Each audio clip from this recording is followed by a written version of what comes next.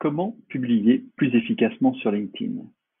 C'est le thème d'une intervention que j'ai préparée pour Diversity Days, l'association qui accompagne et valorise les talents de la diversité du numérique et que j'ai le plaisir de partager avec vous. Bonjour à toutes, bonjour à tous.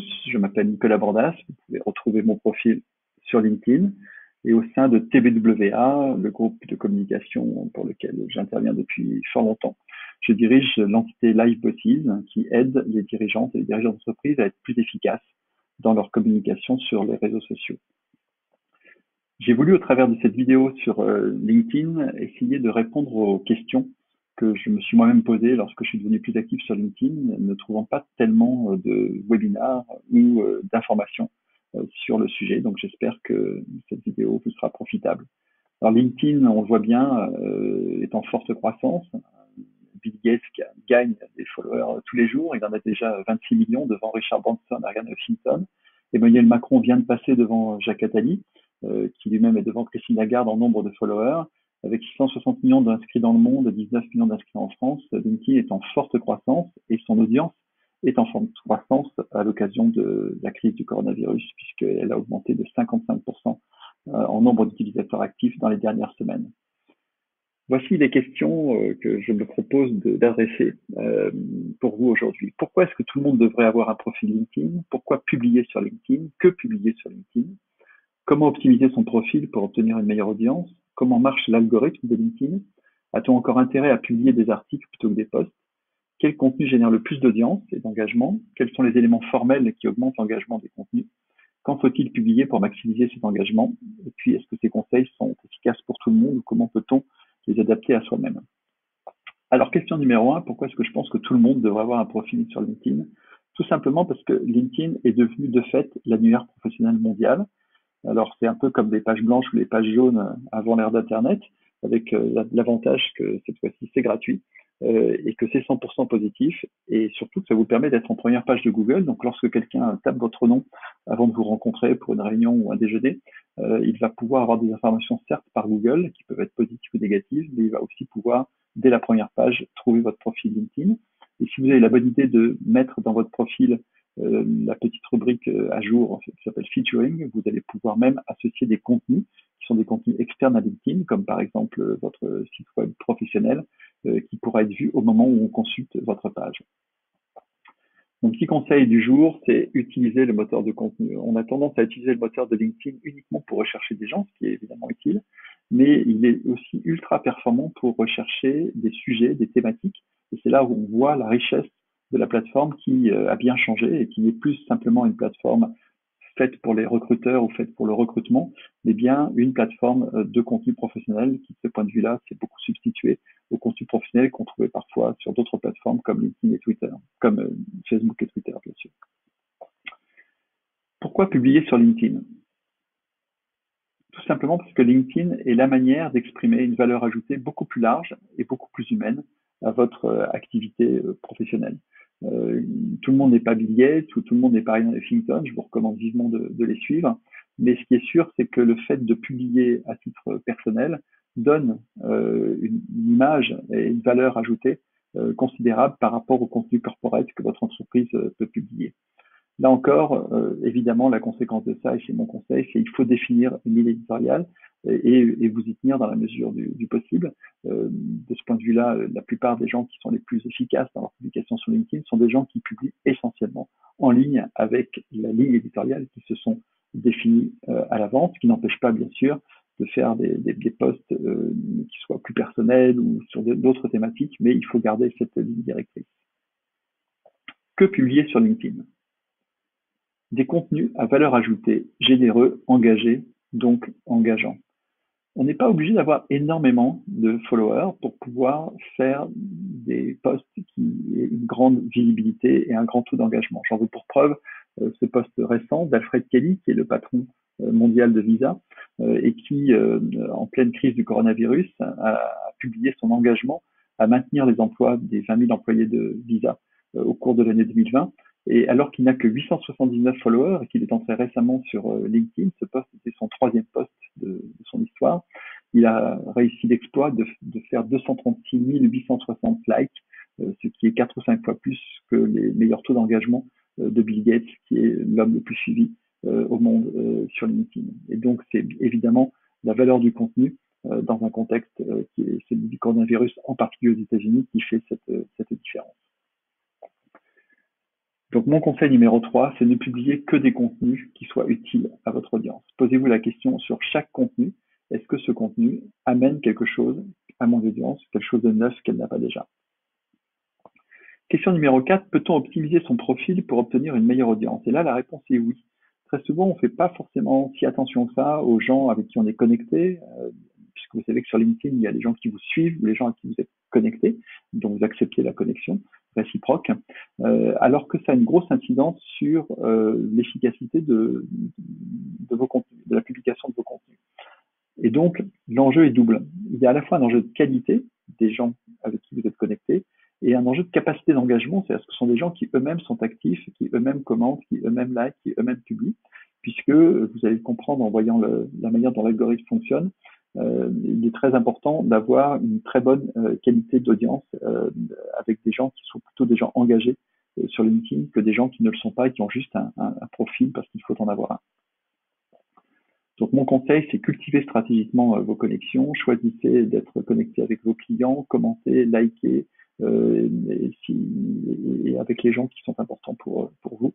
S'ils ne sont pas vos clients, ça peut être votre environnement politique, économique et social.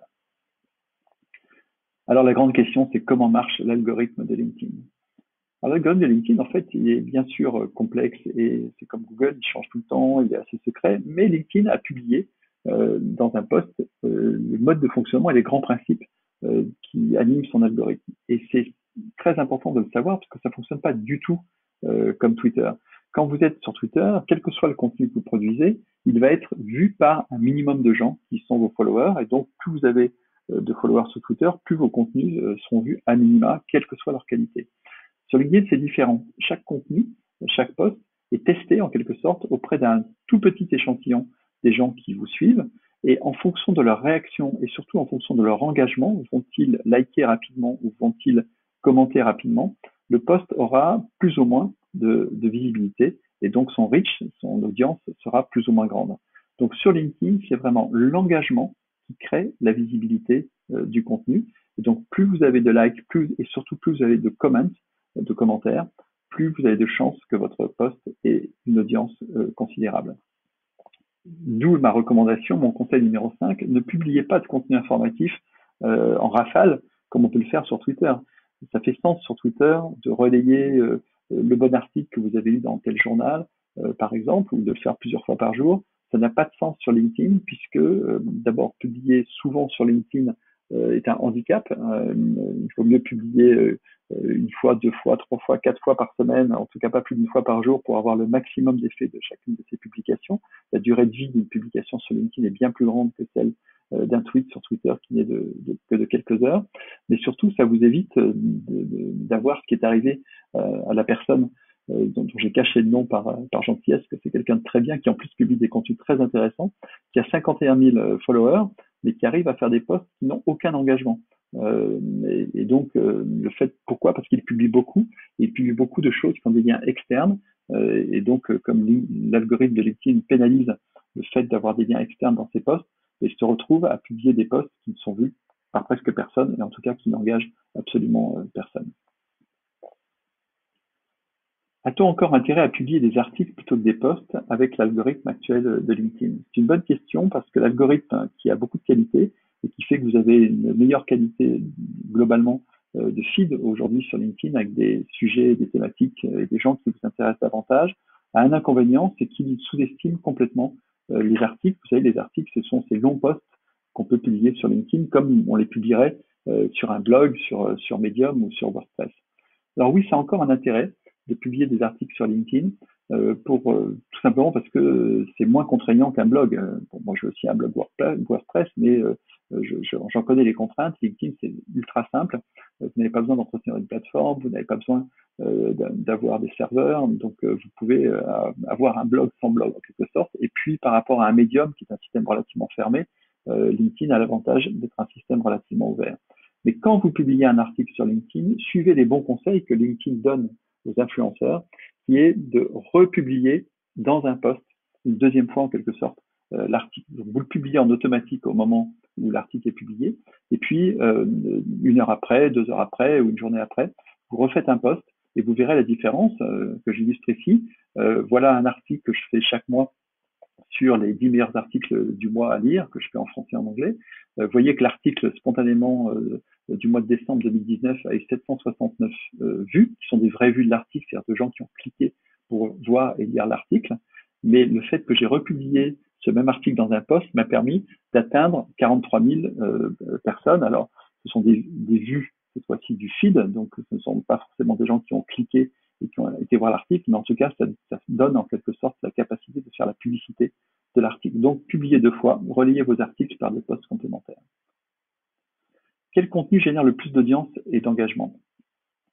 Ce sont les contenus qui amènent quelque chose de nouveau, si possible lié à l'actualité, qui donnent une valeur ajoutée à l'information qu'on a déjà, et qui, s'ils ont un fort point de vue ou un fort parti pris, vont générer davantage de réactions, donc davantage de commentaires, donc davantage de visibilité, vous l'avez compris maintenant.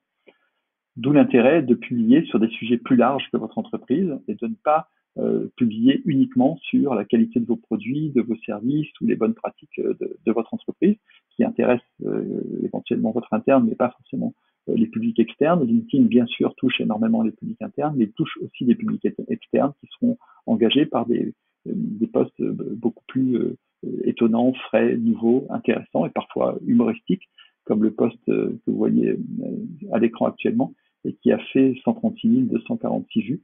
Je ne m'y attendais pas, mais manifestement, ça touchait les gens sur quelque chose sur lequel ils étaient particulièrement sensibles au moment de la publication. Quels sont les éléments formels qui augmentent l'engagement? Au-delà de la qualité du fond, de la puissance des messages, de leur force d'innovation, il y a un certain nombre de trucs, en quelque sorte, qui permettent d'augmenter l'engagement sur LinkedIn. Le premier, c'est d'utiliser la vidéo et d'utiliser des photos ajoutées. C'est vrai aussi sur Twitter, le fait d'ajouter une vidéo ou une photo sur LinkedIn augmente l'engagement. Deuxièmement, c'est le fait de, dans la mesure du possible, ne pas renvoyer à l'extérieur. D'ailleurs, il y a même des gens qui publient les liens extérieurs en premier commentaire pour éviter d'être pénalisés par l'algorithme en publiant les liens extérieurs sur le corps principal de leur post. Et donc, rester sur la plateforme LinkedIn augmente l'engagement. Taguer des gens fait que, et vous pouvez le faire par exemple à la fin de vos posts, en taguant une dizaine de personnes qui pourraient être intéressées par la lecture du post, a 2 vertus. D'une part, ça alerte les gens dans leur notification sur l'existence de votre post, donc les gens qui vous intéressent ont plus de chances de voir votre post. Mais surtout, ça permet, si ces gens s'engagent très vite, c'est-à-dire si ces gens like ou commentent rapidement votre post, d'avoir une influence sur la manière dont il sera pris par l'algorithme pour être montré à un plus grand nombre de gens. Donc, conseil numéro 8, s'il y en a un seul à retenir, c'est favoriser les commentaires. Plus vous avez de commentaires, plus vous aurez d'audience. À l'exemple de ce post, 126 commentaires, 115 000 vues sur un post que j'avais fait il y a quelques temps sur les 10 Françaises les plus suivies sur LinkedIn. Et donc, pour stimuler les commentaires, il faut aussi y répondre, puisque c'est en y répondant que vous créez de la conversation pertinente qui, du coup, va être repérée par l'algorithme comme étant un post intéressant, justifiant d'être vu plus largement. Question numéro 9, quand faut-il publier pour maximiser l'engagement? Ça, c'est une grande question. Y a-t-il une réponse parfaite à cette question? Oui et non. Alors, vous trouverez plein de conseils sur le sujet en disant que c'est mieux le mardi, le mercredi, le jeudi, tôt le matin, c'est entre 7h et 8h30, à l'heure du déjeuner ou en fin d'après-midi. Mais en fait, sur la base de l'expérience, je peux vous dire que ça n'est pas que ça. C'est-à-dire qu'il faut vraiment vous poser la question de la disponibilité de votre audience par rapport au contenu que vous diffusez. Par exemple, si vous voulez parler à une audience internationale, tenez compte du décalage horaire. À ce moment-là, on n'est plus dans les mêmes heures recommandées pour la France. Ou, par exemple, moi, je poste sur mon blog presque tous les dimanches une rubrique qui s'appelle Jour du penseur sur un livre que j'ai lu. Et je profite du fait qu'il y a moins de monde en fait sur LinkedIn et qu'il y a une part du cerveau disponible, comme on dirait chez TF1, plus grande pour obtenir une audience le dimanche que peut-être je n'aurais pas le mardi ou le mercredi ou le jeudi. Donc, il n'y a pas vraiment une panacée absolue sur l'heure de publication des posts. Ça, l'algorithme maîtrise ça, mais il est très difficile de le maîtriser individuellement, donc il faut tenir compte de son audience et de la nature du contenu. Donc, adaptez vos heures de publication à vos contenus et à votre audience. Enfin, une dernière question pour aujourd'hui, ces conseils sont-ils vraiment efficaces pour tous, même pour moi? Je voudrais rappeler que LinkedIn, c'est vraiment une plateforme pour tous les métiers et toutes les tailles d'entreprise, de Anne-Sophie Pic, qui écrit des articles passionnants, à Mathieu Ricard, en passant par Guillaume Gibaud du site français, ou Solène Thomas, qui est une recruteuse humaniste. Et quelle que soit la taille de l'entreprise, quelle que soit la nature de l'organisation, la publication sur LinkedIn peut faire sens pour toucher des audiences qui sont intéressées par les contenus que vous publiez. Donc mon conseil numéro 10, ce sera apprenez par l'expérimentation. Vous avez parfois des surprises. Moi j'en ai eu une. Un jour j'ai voulu rendre service à Gaël, en l'occurrence Moutembo, qui cherchait un stage et qui n'en trouvait pas. Et j'ai eu la grande surprise de voir que mon poste a été vu par 32 000. Enfin, il y a 32 000 occasions de voir, puisque vous savez que les vues LinkedIn, c'est les occasions de voir dans le flux, c'est pas forcément des vraies vues. Et une fois que cette alternance a été trouvée par Gaël, le post que j'ai publié pour saluer le fait que le réseau ait bien fonctionné a lui de nouveau été vu par 16 000 personnes. Donc on voit que des posts un peu inattendus peuvent avoir une énorme audience. Pourquoi? Parce qu'ils touchent les gens, tout simplement. Et que la générosité sur LinkedIn paye.